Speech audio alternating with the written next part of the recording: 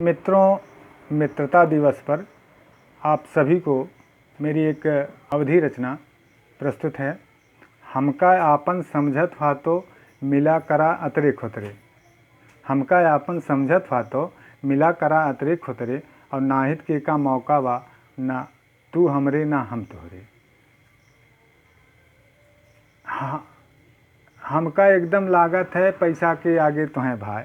हमका एकदम लागत है पैसा के आगे तुहें भाई, और कबहू मिलबो करबे तो कहबे कि मौका मिलत ना है।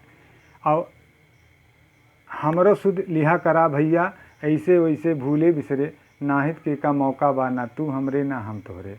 और केका कितना फुर्सत बा, सब फंसा बा अपने गाढ़े। केका कितना फुर्सत बा, सब फंसा बा अपने गाढ़े। और दुखे बीमारे कामे काजे दौड़त बाटे मारे मारे। सुख दुख बांट लिहा करा, न तोहका अखरे न हमका अखरे। नाहित के का मौका बा, न तू हमरे ना हम तोहरे।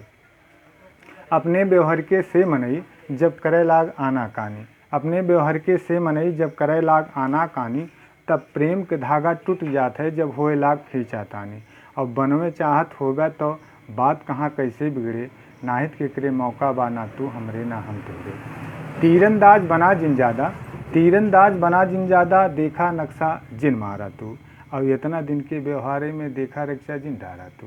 अब भैया वो दिन याद करा, भैया वो दिन याद करा जब मिलत रहा दूसरे तीसरे। नाहित के करे मौका बा, ना हम तोहरे ना तू हमरे। जब सकता हूँ आपन दुख गाय लिहा, जब सकता हूँ आपन दुख गाय लिहा, तब हमहू के अजमाए लिहा। और हम साथे तोहरे खड़ा रहब, चाहे जैसे निमरे दूरे। नाहित के करे मौका बा, ना हम तोहरे ना तू हमरे। और हमका आपन समझत हो तो मिला करा अतरे खुतरे। नाहित के का मौका बा, ना तू हमरे ना हम तोहरे।